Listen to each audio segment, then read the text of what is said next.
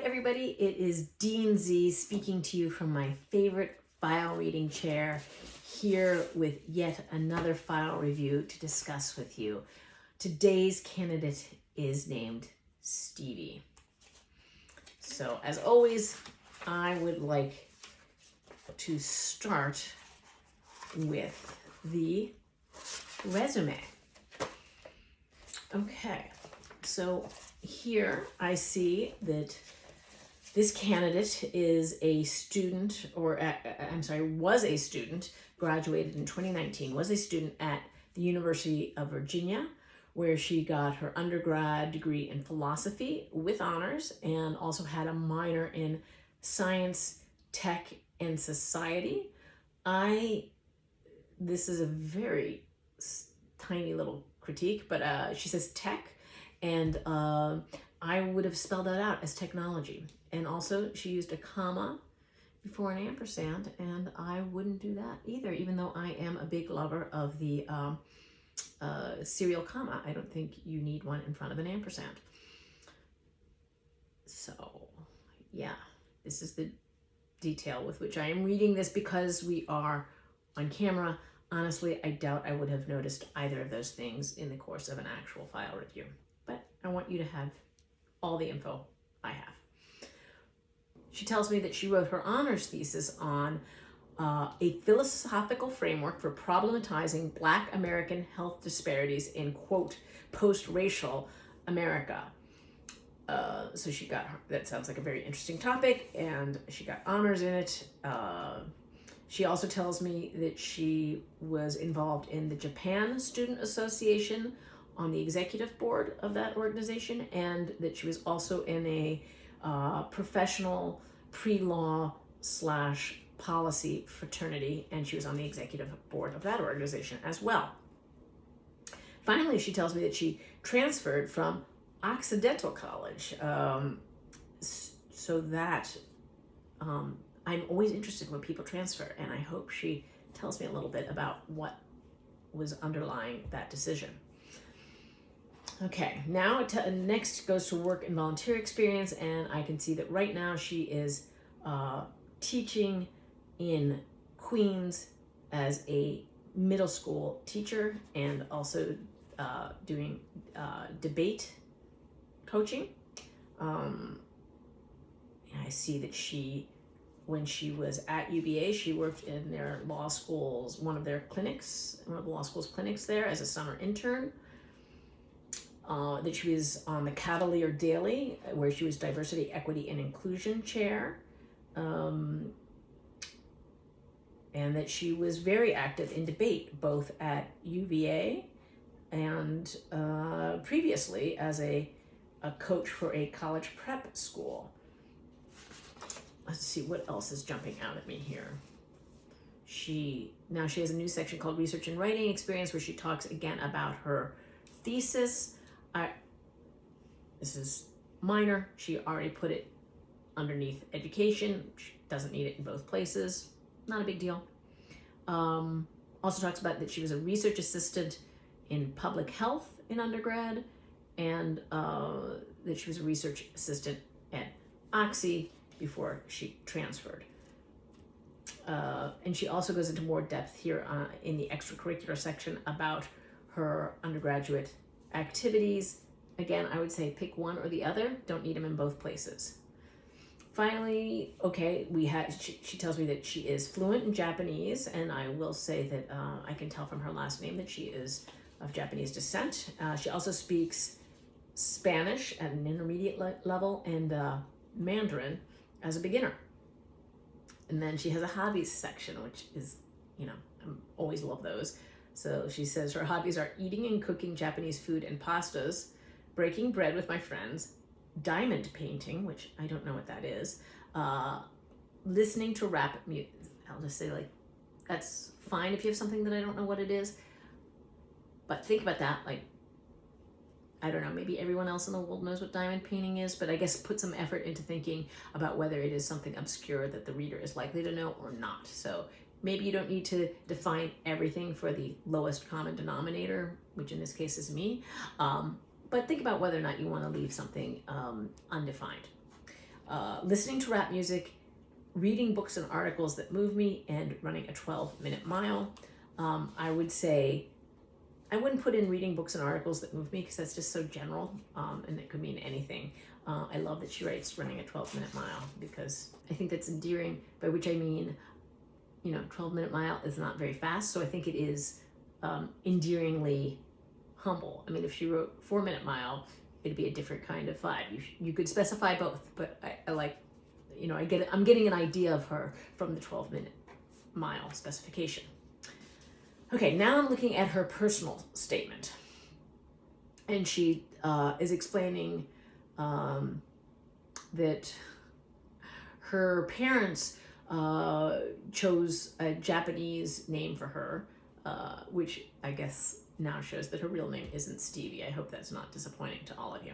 But anyway, her parents chose a Japanese name for her based on several characters, and she sets out what those characters are and what they mean.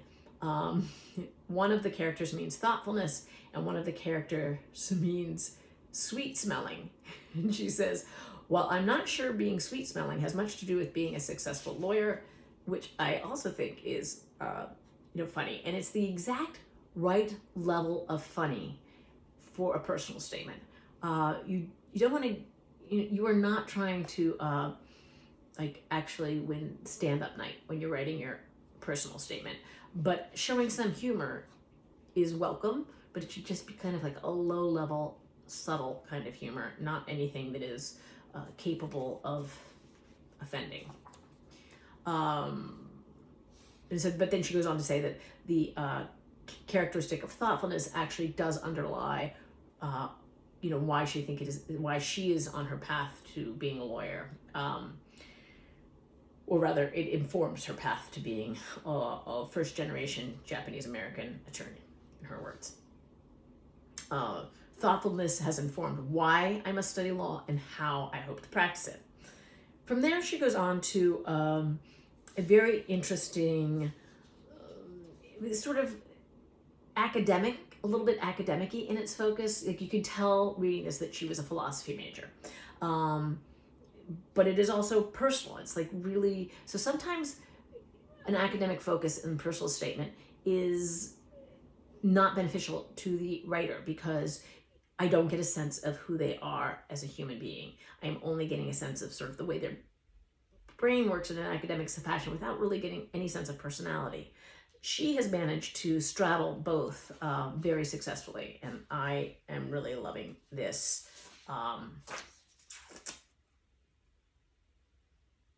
This essay. And here she says, this is also something that is particularly interesting to me. She says, I am someone who best understands my identity through my relationships with and connections to others. Only because I am my parents' only daughter, my friend's confidant, my boyfriend's cheerleader, my student's nurturer, can I get out of bed every morning and not feel crushed by all the injustice in the world. So I really, at Michigan, we have part of the institutional identity is as a place where the students, work and play well with others, that they are committed to having that kind of collegiality, those kinds of relationships, that kind of community. She's not explicitly referring to Michigan in any way here, but what she tells me about herself says to me, this is someone who I think would do very well here, would be someone who would enjoy what we have to offer and who would contribute to that character of our institution.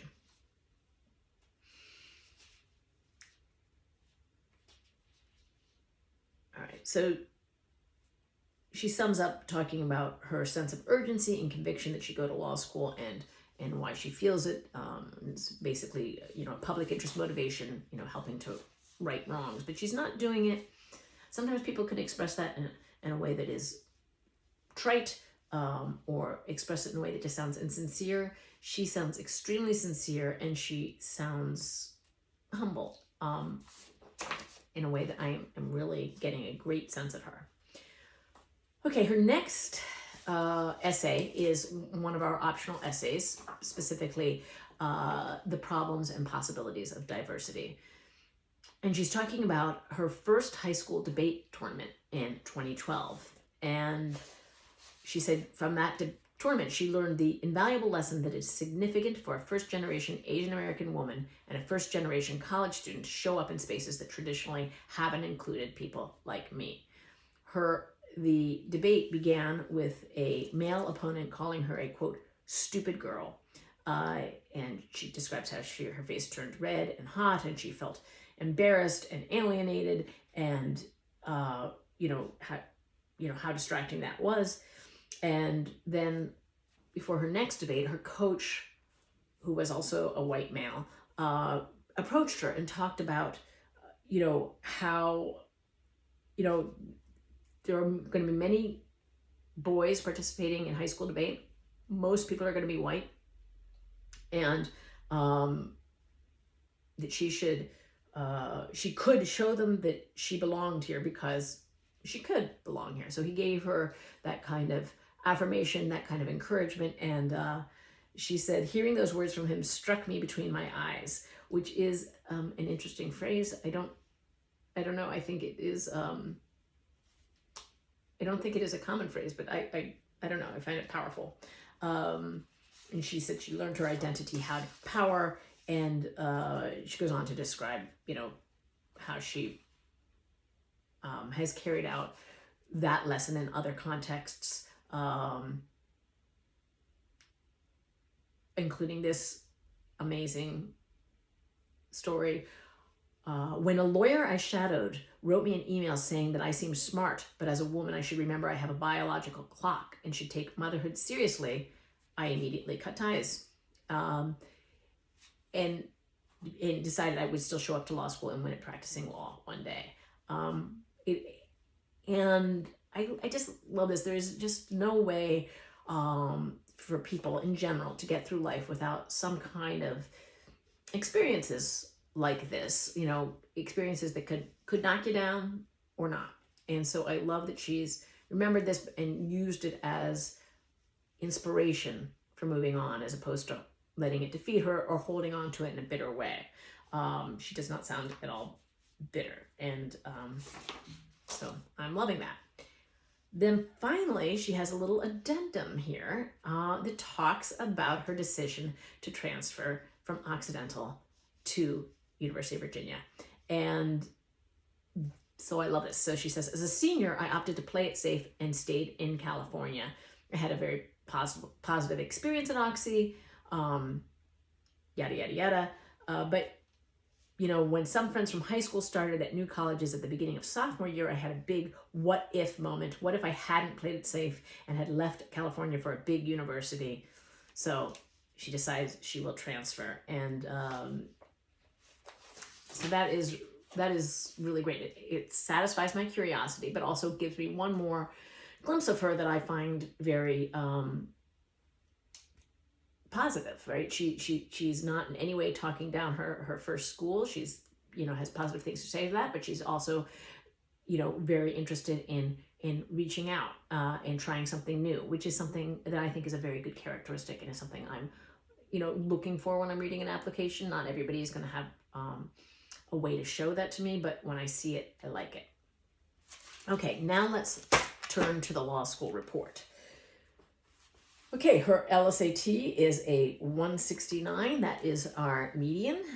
She took it only one time. And she has, I see from her undergrad GPA that she has a 3.78, and for her cumulative GPA, and her degree GPA from UVA is 3.76, which tells me she basically got the same grades at Oxy and at UVA. So that tells me she was competitive, well situated at both schools.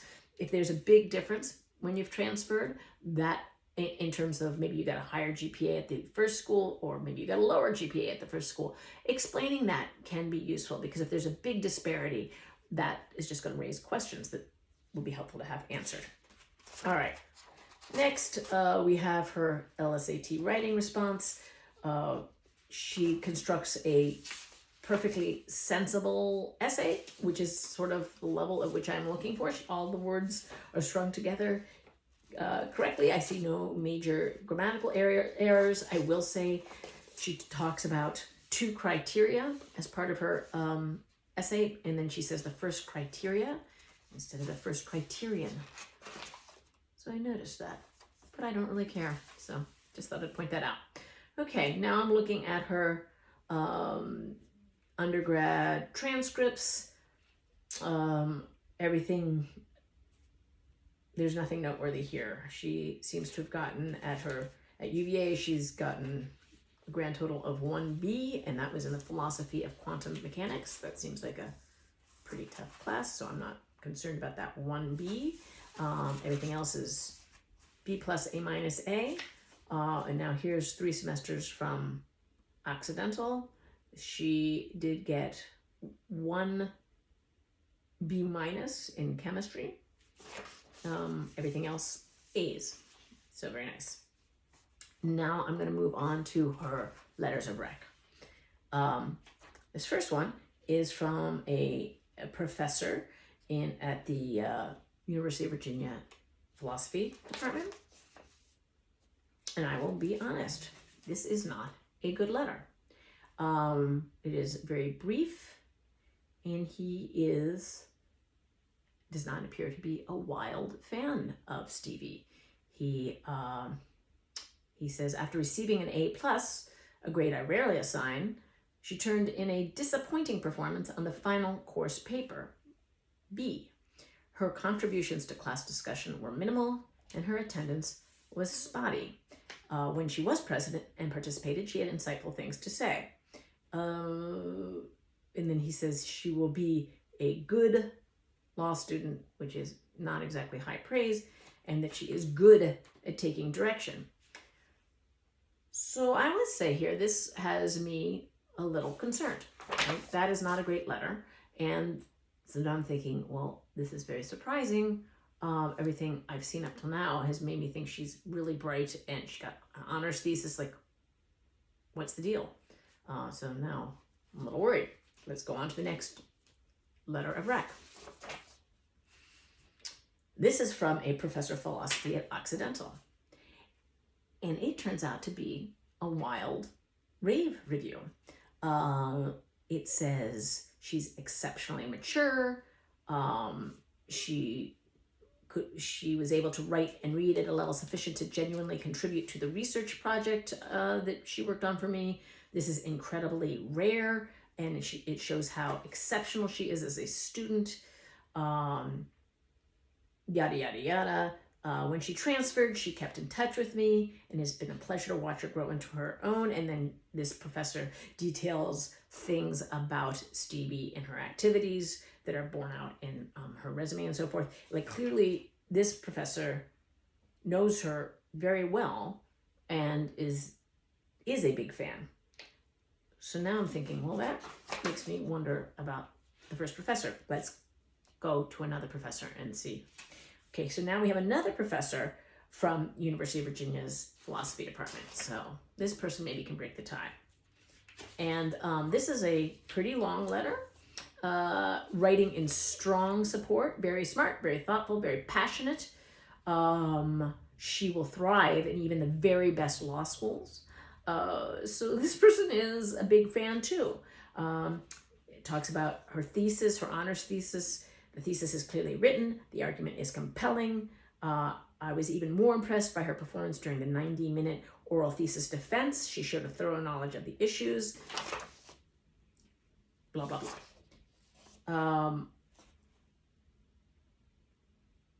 So what do I make of this? I conclude that first professor is kind of a jerk. And I actually am inclined to hold the negativity against him as opposed to against the candidate. However, this all works out for this candidate because she had 2 such amazing additional letters, and also academic. So it's not like one was an employer that was positive, but the faculty member was weak, which made me think, well, maybe she really is good at working, but maybe not so great in the classroom. Like, it, she managed to have letters that just completely wipes away any concern I would have from that first letter. But this is a great lesson for those of you who are watching, which is be very careful about who you ask to write your letters. I guess there is some possibility that I should be questioning Stevie's judgment. Like, how was she unaware that this professor was so unenthused about her? I don't know. I am suspicious about this guy. I think, maybe he is just a thoroughgoing jerk. But it is something you've got to be careful about. And it is rare. That is, honestly, it is extremely rare to see a letter with that level of negativity. And so I don't think you need to be panicking about this if you're picking your letter writers, but you should be thinking. And that's why I always recommend that people ask, can you write me a strong letter? And then listen to what the response is. And if the response is less than fully enthusiastic, move on to someone else. I mean, this candidate would have been better, I think, with just the 2 letters without having that third one at all. That letter did not help her at all. So then the final thing I just want to note about this candidate is, and I think I mentioned this earlier because of something she wrote in her essay, she is first gen. Her parents, one parent is a customer service rep and the other parent is a small business owner, and neither graduated from college. Hard to know if that might involve some socioeconomic disadvantage. Neither of those jobs sound like they are, creating of great wealth, but it's hard to know. So, but being first gen is definitely an area that we are interested in having more people with that background in the classroom for the diversity of thought that represents. So I like that. So on the whole, I am going to give an enthusiastic offer of admission to Stevie, and feel very comfortable in doing so. So thank you for watching today. I hope this was useful. If you are interested in having me do a file read of your application and you've applied in a past year and aren't applying in this year, I would love to do that. Just send us an email at law.jd.admissions@umich.edu and put vlog in the subject line. I guess that's all I got. So let's wind it up with wherever you go, go blue.